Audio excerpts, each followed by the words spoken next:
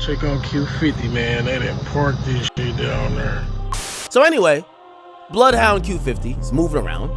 You know, he's in St. Louis, and supposedly he was in like a truck. And somebody knew the whereabouts of the truck, and supposedly they sprayed up the truck. And 4 people are in critical condition. We got CT. I don't think he gonna make it, but we gonna see. I ain't never popped nobody that famous before. It's my first time. Y'all got me. It's loud.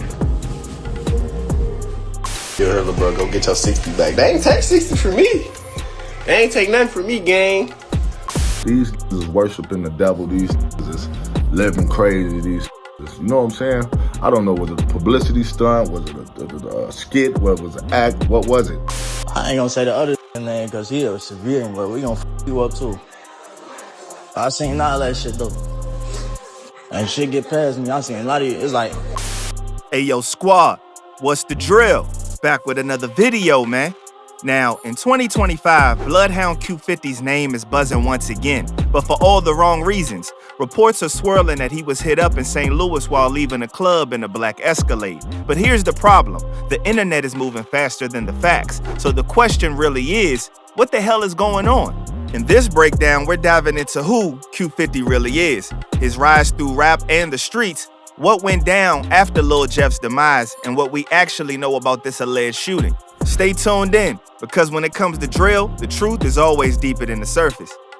BloodHound Q50 didn't rise off of polished verses or industry handshakes. His name came from the streets, tied into the BloodHound gang, a real set with a reputation in Chicago. Q50's early music was less about radio play and more about putting his lifestyle on record. Videos like Make It Far weren't polished productions. They looked and felt like dispatches straight from the block, laced with guns, coded language, and the kind of authenticity that drill fans demand. For Q50, credibility wasn't optional. His songs were direct reflections of his reality, and that reality was heavy. His cousin and right-hand collaborator, BloodHound Lil Jeff, was just as tied in. Together, they carried the BloodHound name into music, making it clear their rap careers were rooted in something deeper than entertainment. By the time industry interests started circling, Q50 wasn't seen as an artist trying to make it. He was seen as a street figure who just happened to rap. That distinction is what built his following. People weren't tuning in to watch a kid chase fame. They were watching somebody they believed was really living the life he rapped about. That foundation, the BloodHound ties, the street reputation, and the loss of loved ones along the way is what defines Q50's story more than any label deal or streaming numbers ever could. If you're talking about BloodHound Q50, you can't separate that from BloodHound Lil Jeff, period. Jeff wasn't just his cousin, he was his closest collaborator, his street equal, and the other half of the BloodHound identity in rap. Both carried the reputation of their set, and for a while, it looked like they were pushing toward being the next notorious duo to come out of Chicago drill. That came to a violent stop in June 2024 when BloodHound Lil Jeff was popped and taken out on Chicago's South Side. Reports placed the shooting on the 6600 block of South Rhodes Avenue, where Jeff was hit and later pronounced deceased at the hospital. But there was a guy named Lil Jeff, and people were like, yo, he has 7 bodies. He actually got while he was trying to kill somebody. So he was doing a drill, and somebody returned fire and killed him.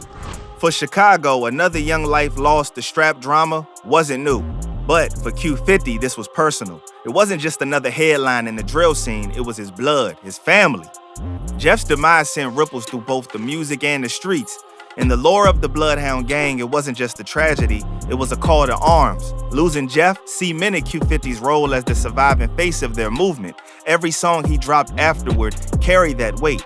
That loss also made Q50's position even more dangerous. In drill, credibility and respect came at a cost, and the more visible he became, the more he carried the target that came with it. He kept releasing music, he stayed active in the streets, and he leaned into the BloodHound identity harder than ever.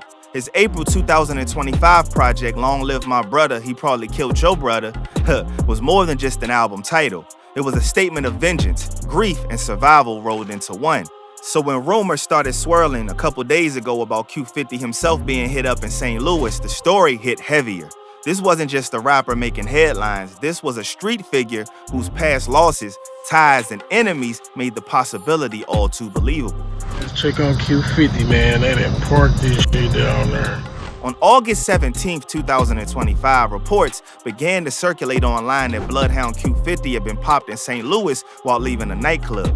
The story spread fast. Q50 was allegedly inside a black Escalade when shots rang out, turning what was supposed to be a night out into a breaking news moment for drill fans across the country.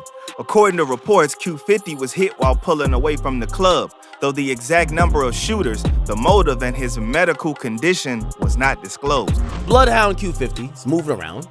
You know, he's in St. Louis, and supposedly he was in like a truck. And somebody knew the whereabouts of the truck, and supposedly they sprayed up the truck, and 4 people are in critical condition. And that's where things get tricky. As of now, there are no verified reports from law enforcement, hospital officials, or Q50's label confirming the incident. Local outlets in St. Louis like the Post-Dispatch have not published anything, nor have bigger platforms like TMZ or ABC News. What we're left with is an unverified claim, a handful of videos bouncing around TikTok, and the internet's appetite for headlines. These is worshiping the devil. These is living crazy. These, you know what I'm saying? I don't know. Was it a publicity stunt? Was it a skit? What was it, act? What was it? I don't know. Still, the rumor hits hard precisely because Q50's background. Losing Lil Jeff, flaunting stolen chains online, and openly living the life he raps about has made him a lightning rod for both fans and enemies. For somebody with his profile, the idea of being targeted isn't far-fetched. It's almost expected. In drill, when the music and the streets overlap, reality often ends up mirroring the lyrics. What matters now is the lack of clarity.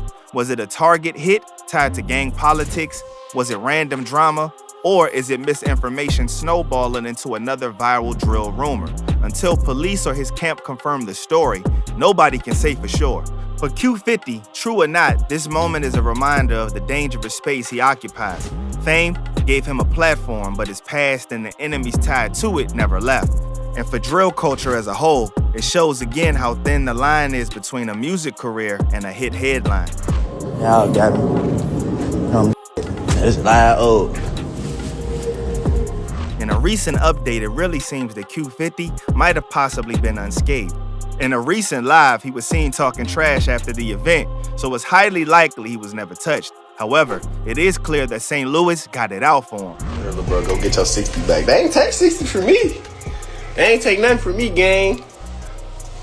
Hell yeah, bro. They ain't from me. Let me see what's today. I was trying to take something else. And bye. We might have to do a video on that real soon.